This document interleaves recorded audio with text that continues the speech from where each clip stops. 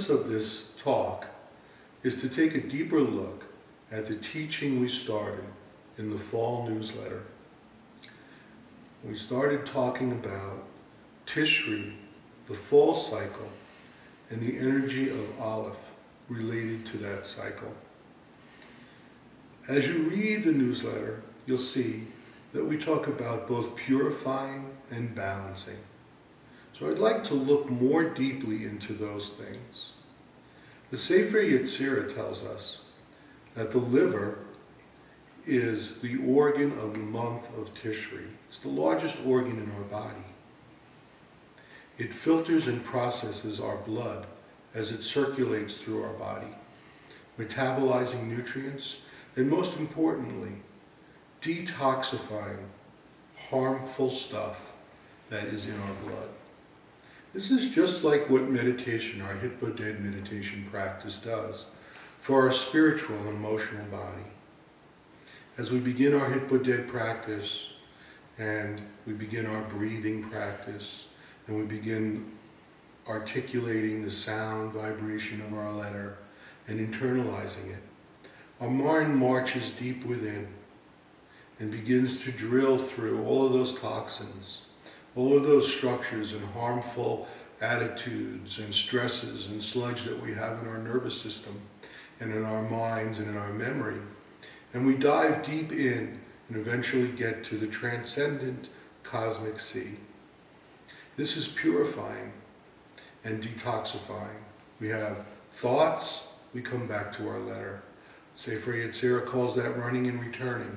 And it's part of this drilling process that ultimately purifies our nervous system, our emotional and our spiritual bodies, much like the liver does in our physical bodies. If we look at balance, so that's a little bit about purifying, but if we look at balance, I'd like to draw our attention to the pinnacle of balance as described in the Torah, in Leviticus 19:18. In Leviticus 19:18, we're commanded to love thy neighbor as thyself. So what does that have to do with balance? Well, we have two things to balance here. We have loving ourselves, and we have loving our neighbor. This is the pinnacle of a spiritual balance. But before we look at that, let's talk about the idea that we're commanded to love. Most of us think about love as a feeling or an emotion. Truthfully, you can't be commanded to feel a certain way. So it doesn't make sense with what the Torah is saying. The Torah isn't the only holy tradition that commands to love. All of the holy traditions command to love. The Eastern traditions, the Middle Eastern traditions, the Western traditions, all of the beautiful spiritual traditions command us to love. But most of us think about love in sort of a blissful feeling. But it can't be that we're commanded to feel love. But it could be that we're commanded to practice love. So love is ultimately a practice, not a feeling. I think there's a song by Bonnie Raitt that says, I can't make you love me if you don't. I think that's a truth. You can't tell someone to love you. You might want to.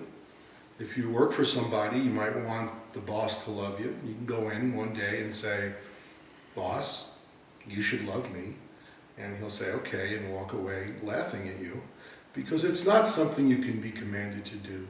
But if we think about love as a practice, it is something that we can do. Just like if we were a musician and we want to practice our scales and we want to know how to play music, certainly we can feel much better when we're playing it, so feeling is an aspect of it.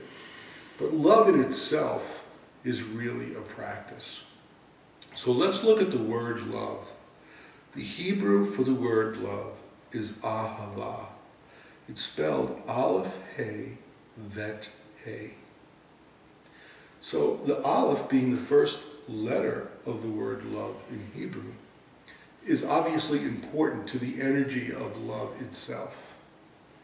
If we take a look at the word Aleph, and we take a look at it vertically, instead of horizontally as it's normally written. And we put the Aleph as the representation of transcendent, pure divine consciousness, or like we like to call the cosmic sea.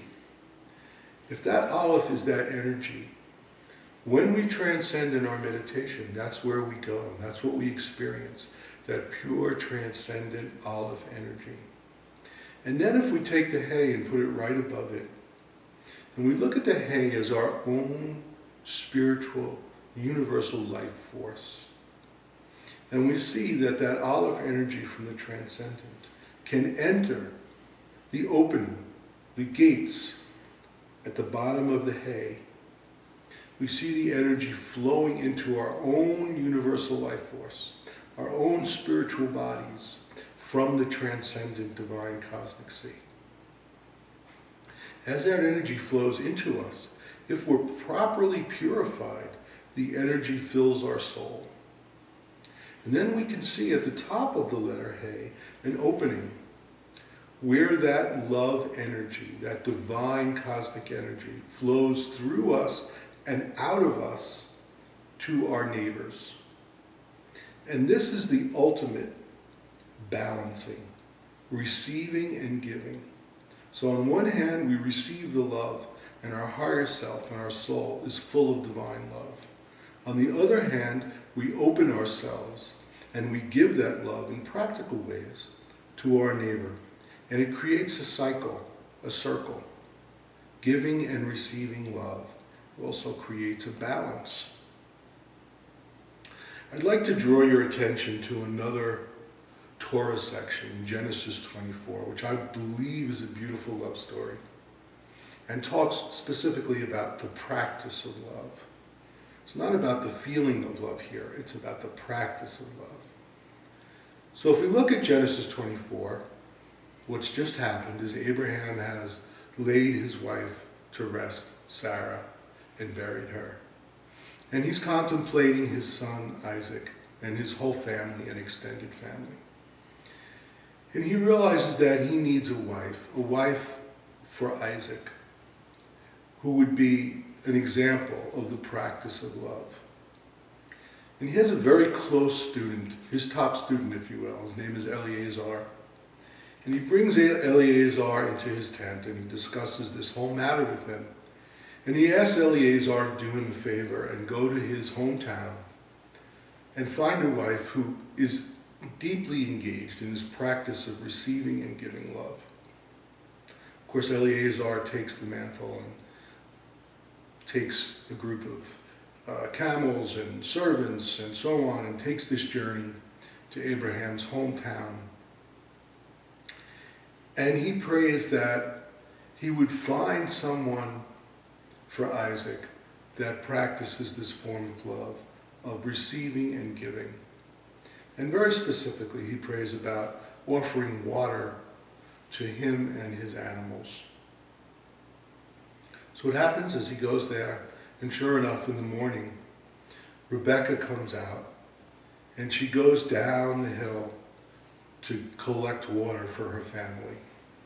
She takes the water and puts it in a big jug and puts it over her shoulder, and arduously carries the water up the hill. There she meets Eleazar, and she automatically, without hesitation, offers the water to him, and not only to him, but his animals.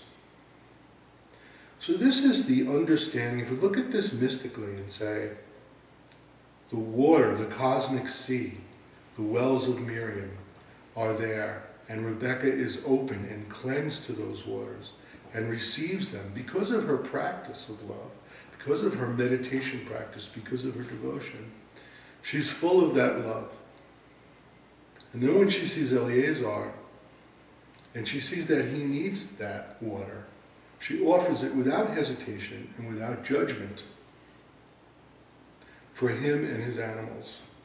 And he knows at that moment, this is the woman that practices love, that is perfect for a union with Isaac, his master's son.